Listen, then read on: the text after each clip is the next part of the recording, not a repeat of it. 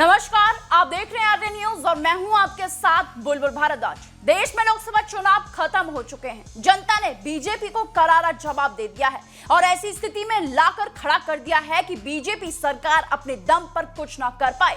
युवाओं ने paper leak, बेरोजगारी के खिलाफ जमकर वोट किया और इन्हीं मुद्दों ने बीजेपी को औंधे मुंह गिरा दिया। युवाओं के लिए पेपर लीक बड़ा मुद्दा बना और इसी मुद्दे ने एक बार फिर देश के कई युवाओं का भविष्य अंधकार में डाल दिया।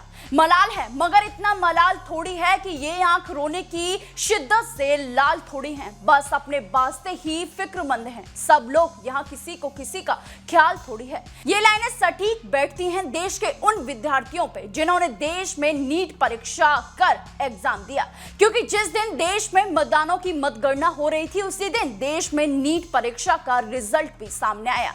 वैसे तो नीट यूजी 2024 का रिजल्ट 14 जून को जारी होने वाला था, लेकिन अचानक बिना किसी सूचना के एनटीए ने 4 जून 2024 को जारी कर दिया। इसके बाद उम्मीदवार सहित कई लोगों ने इस पर बवाल खड़े करना शुरू कर दिया। सोशल मीडिया के करीब सभी प्लेटफॉर्म पर नीट यूजी 2024 का रिजल्ट खूब ट्रेंड कर रहा है। एग्जाम में शामिल होने वाले कई सारे स्टूडेंट ने नीट यूजी 2024 के रिजल्ट को स्कैम बता दिया है। उनका मानना है कि नीट यूजी रिजल्ट में घोटाला किया गया है, इसलिए इसे रद्द करना चाहिए।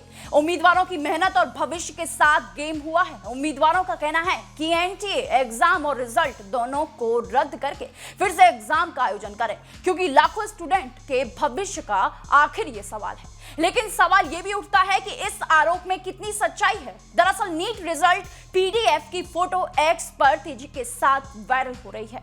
इसमें टॉपर की लिस्ट पर भी सवाल खड़े किए जा रहे हैं। इसमें सीरियल नंबर 62 और 69 तक नीट रोल नंबर, नाम, मार्क्स और रैंक के साथ गड़बड़ी का आरोप लगाया जा रहा है। आरोप ये भी है कि इसमें जो रोल नंबर शामिल हैं वे सभी रोल नंबर एक ही सेंटर या आसपास के सेंटर के हैं। साथ ही अधिकतर उम्मीदवारों के नाम के साथ सरनेम गायब है। उम्मीदवार चाहते हैं कि नीट यूजी 2024 का आयोजन दोबारा हो, क्योंकि इसमें एग्जाम के दौरान भी कई सारे मामले सामने आए थे, लेकिन कोर्ट ने मामले के बारे में फैसला दिया था कि पेपर कैंसिल नहीं किया जाएगा। इसी के एग्जाम के आधार पर रिजल्ट जारी किया जाएगा और ऐसा ही किया गया। स्टूडेंट का कहना है कि हर सवाल 4 नंबर का होता है।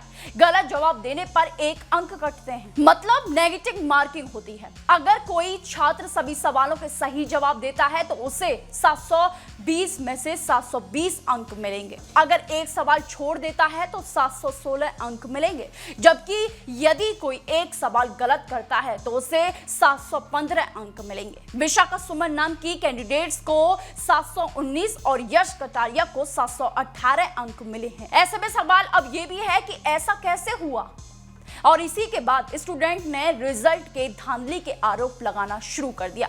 एनटीए ने अब स्टूडेंट के आरोपों पर सफाई देते हुए बताया है कि किस तरह 719 और 718 अंक उन्हें प्राप्त हुए हैं। एनटीए एजेंसी ने एक्स पर स्पष्ट किया है कि 5 मई 2024 को नीट परीक्षा आयोजन के दौरान व्यवधान उत्पन्न होने से विद्यार्थियों को पूर्ण समय नहीं दिया गया था। ऐसे में विद्यार्थियों ने न्यायालय की शरण ली। उच्चतम न्यायालय ने 13 जून 2018 को जारी किए गए निर्णय के हवाले से इनको नॉर्मलाइज्ड मार्क्स प्रदान किए गए। मार्क्स नॉर्मलाइजेशन के कारण ही इन विद्यार्थियों को 720 में से 718 व 719 अंक प्राप्त हुए हैं। कई लोग एनटीए की ओर से मामले पर दी गई सफाई से भी संतुष्ट नजर नहीं आ रहे। उनका कहना है कि इंफॉर्मेशन ब्रोशर में ये जानकारी क्यों नहीं दी गई। खैर, पेपर लीक रिजल्ट ने धांधली देश में पहली बार नहीं है, बल्कि ये ऐसे मामले हैं जो हमेशा खबरों में चर्चित बने रहते हैं। मामला अखबारों की सुर्खियों से लेकर अलग अलग सोशल मीडिया प्लेटफॉर्म तक खबरों में खूब छाया हुआ है।